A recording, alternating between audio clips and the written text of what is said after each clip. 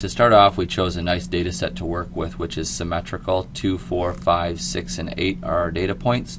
And we're going to use a table to take a look at this. And once you understand how to use this table for the sample standard deviation, the sample variance, you'll be able to apply this to the population variance and population standard deviation. It'll be the same process. So let's start off by creating that table. First of all, we have our x values. We're going to build this nice little table right here. And those x values are 2, 4, 5, 6, and 8. Now if you recall from our average formula is the sum of all the values divided by the number of them. And I'm going to bring this up here so we can take a look at this a second. We'll come back to the table in just a minute. So this is our average formula right there, just what I said. So we're going to add up this column of all these values of these x's right here. So 2 plus 4 is 6, plus 5 is 11, plus 6 is 17, plus 8 is 25. So the sum of all the x's is equal to 25.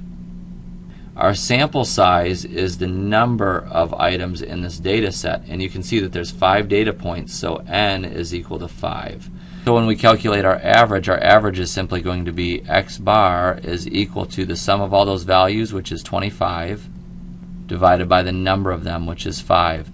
So our average happens to be 5. The next thing we're going to do is we're going to start working on our variance formula. And our variance formula looks like this right here. And at first it kind of looks messy and it looks a little difficult, but it's really not that bad if we think in terms of order of operations. And when we do this table, we're going to take a look at the difference between individual data point and our average. We're going to square that, and then we're going to add all of those differences squared up, and then we're going to divide by n minus 1. And the table helps break it down into step by step. So order of operations, we'd start with the parentheses first, x minus x bar, which is our average. So when we do this, we're going to come over here and we're going to do our next column as x minus x bar, starting inside those parentheses. So this is going to be 2 minus 5. This is going to be 4 minus 5, which is negative 1. 2 minus 5, by the way, is negative 3. 5 minus 5 is equal to 0. 6 minus 5 is equal to 1. 8 minus 5 is equal to a positive 3.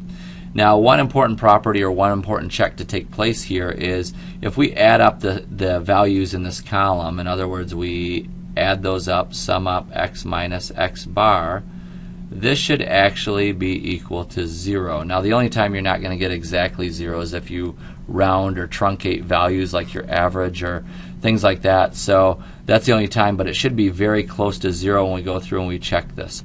So once we've taken those differences, now we want to take the square of those differences. So we're working outside the parentheses. So we're looking at the x minus x bar, or x minus our average, squared.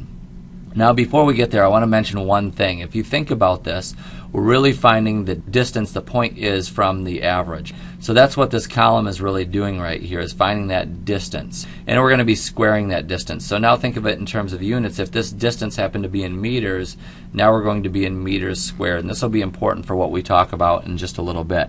So we're going to take each one of these values. So negative 3 squared is equal to 9.